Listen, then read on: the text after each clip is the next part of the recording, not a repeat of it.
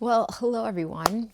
So I had a project last year, which is I used to be when I was younger and even into my adulthood, but not after law school. I used to be an avid reader. And so I was always like devouring books, and I missed that part of myself, that like identity, right? And right now, I'm not a person who really watches too much TV or anything like that. So last year around maybe the second, third week of December, I was like, I have this list of this list. I have lists, and then I also have another ton of books that I should get to reading, but I have these books that I want to read, more recent ones, and so I compiled like 12, and I'm like about one a month, right? Even though I've already added to that list, and so I've been diligent about it. So I scroll less on Instagram. I mean, I still post, I still do. I came up with a little perfume series that gives me joy. It's just how I interpret perfume on Instagram. I like to, I enjoy it like as a hobby to content create, and I wish I could do more of it. And maybe I could if I set myself up for it. But things like I do work full time and I do have two kids. And so the free time that I have, usually I wake up really early. I try to get my workout in, and then it's, a mad dash for that. But, if I'm waiting in the car, if I'm waiting for a Zoom, if I'm waiting for a client, you know, sometimes even in the bathroom, honestly, like, so I read so that I can get my reading in. And so the thing is, so I started with, I forget the name of that book this year. It's like thinking, or don't believe everything you think. I do think that's the name of the book, which was very promising title, but it turned out to be, I felt punked. It turned out to be like, I feel like it's a parody of self-help books, which I don't hate on self-help books at all, but that book was horrible. It could have been a page at max. Like a paragraph would have sufficed, right? It does have like, an interesting idea, but really you can say it in one sentence. That's the thing. And then I added Malcolm Gladwell's Blink, because I joined the book club, and that was the selection. And then I added, so the pre-concours winner had come out, and I think I heard of it in January. In November is when they do the selection of the pre-concours. But anyway, the point is I hadn't heard of it, and I kind of read a synopsis. I was like, you know what? The past 3 or 4 years, well, there was one that I hated. I bought it, but I hated that book, so I didn't finish it, which is rare for me because I always also keep going with a book, even if I feel committed to a book once I start reading it. So anyway, the point is, I was like, I ordered it, and it's an intimidating book, right? So we're talking about, I'm already at one, two. So Don't Believe Everything You're Thinking, Blink, and La Maison Vide, which translates to The Empty House, which, by the way, I talked about in another video. I can't say enough about how much I love this book. I'm going to show you guys just how much I've highlighted. I am what I've, named myself to be, an active reader. And that is, I interact with the text, right? I respond to characters. I put my little observations on the margins. I underline sentences that I find beautiful. And I mean, this whole book, you see all that in red. It's just, I think this is one of my favorite books. And I have a story to tell about this book. So I was so impressed with this book. First of all, when I got it, I was a little bit afraid because I was like, oh, my French is a little rusty. I haven't been using it as much. I had joined in 2023 a French conversation group at L'Alliance, and I had been consistent with just joining it. And then they changed the teacher, like the moderator type person, and I kind of don't like her too much. So, not like personally, she's just not as dynamic or as fun as our other teacher. And then our other professor, she couldn't teach or monitor or whatever the Saturday mornings anymore because she has two little kids, and which I understood. But anyway, the point is, I was a little bit intimidated because I'm like, oh my God, it's over, it's 744 pages. And I'm like, and it's the Prix Goncourt, even though I've been reading Prix Goncourt books. And I am pretty fluent in French. Like, I don't say that like as a flex. I studied it for a very long time in my life. I lived in France. I continue to try to keep up with it. Like, I listen to podcasts in French. I try to read at least one French book a year. So because I'm also very afraid of losing it, just because I don't get to practice it as much. So the point is that I love this book so much, so much. And right after I finished it, the day I finished this book, I was like, we need to start on with the next book. And the next book that I read was The Correspondent, which is also a very good book, but I'm not done with La Maison Vide yet. So what happened is that reading this, I was like, oh, I can write to Laurent Mauvigné. Why not? So I'm like, okay. So I go to Édition de Minuit, their website, and I get an email for their press.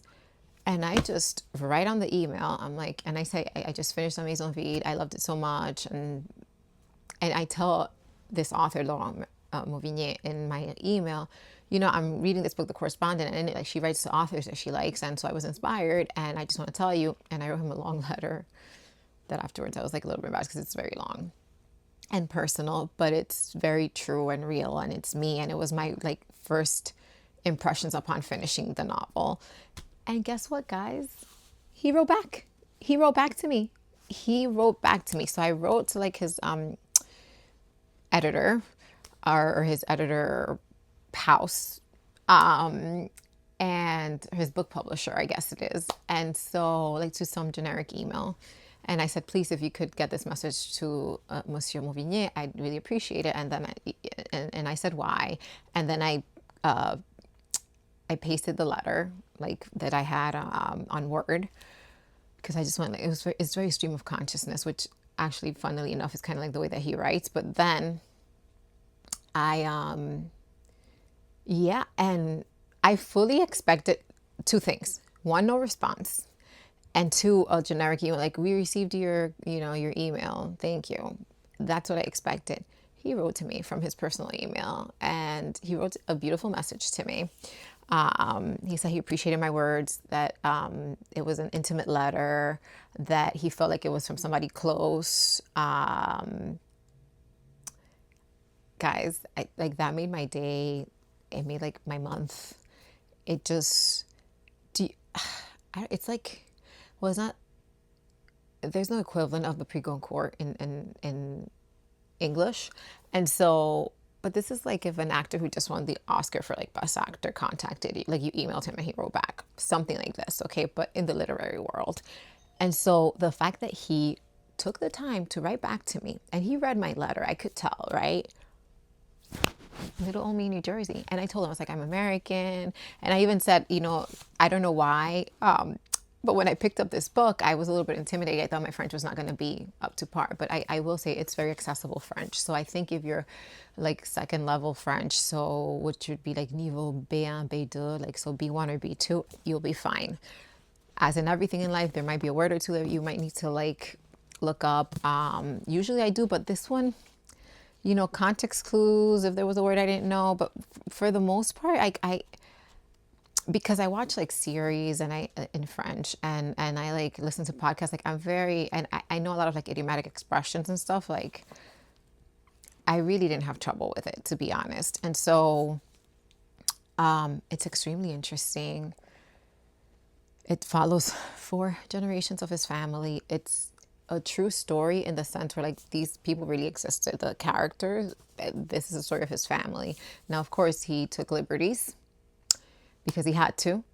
He wasn't there for conversations and stuff like that. But it's, it's also the way that he writes, right? Because it's the way that he writes. And I got like really attached to the characters, as I do. This is me. But kudos to The Correspondent for inspiring this. Now I feel like I should write more letters to people. This is a really good book. But like I said, in my ratings of books so far, I said this is like a Michelin star level meal, right? Like foodie meal of a lifetime, fine dining. This is like a really good home cooked meal. And then that brings me to my third book of the original ones I had purchased for the year. Yeah. But anyway, I think it's my fifth book, right? So Don't Believe Everything You're Thinking, Blink, La Maison Vide, The Correspondent, and this. I'm mostly here to enjoy myself. So promising, such a waste of time. I actually cannot believe that a publisher published this stuff, to be honest with you.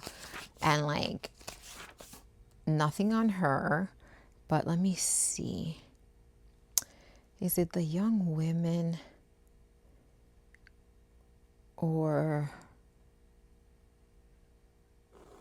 I think it's the Young Women. Let me see, 175. So the thing is that I know that this author is capable of good writing because she writes a magnificent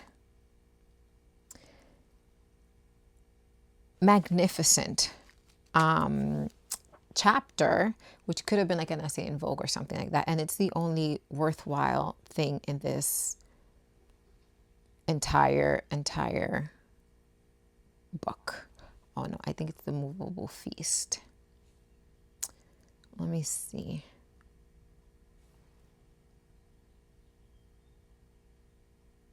Okay. Yeah. So it's the chapter called, let me see. Oh, it's chapter 10 of this book. Honestly, if you could get it online or if you happen to go to a bookstore, like this is the only chapter worth reading here. It's called A Movable Feast, and she goes through like Paris, like looking for plaques and buildings of famous people that lived there. And like the whole conversation is it's cool because it's like feminist, but in like a good way. She connects it back to like history. And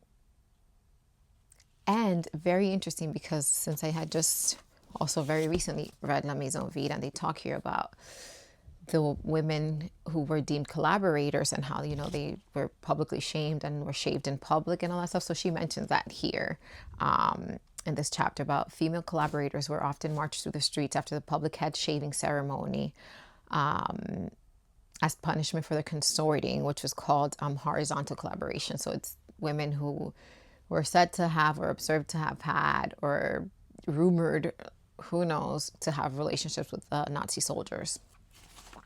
And actually, that's a very big part of this story. But anyway, it's so well written. So I'm like, she has talent. But everything else, it's like, you know, she says a lot. All 200 something pages of this. She talks a lot and says nothing. It's 275 pages. Talks a lot, says nothing. It's also like almost like vulgar because I don't have any problem with like raunchy stuff, right? I don't like, it's not, you know, she has random sex with like strangers and like that she meets on some app. That's not, I mean, I think it's immoral, but that's whatever.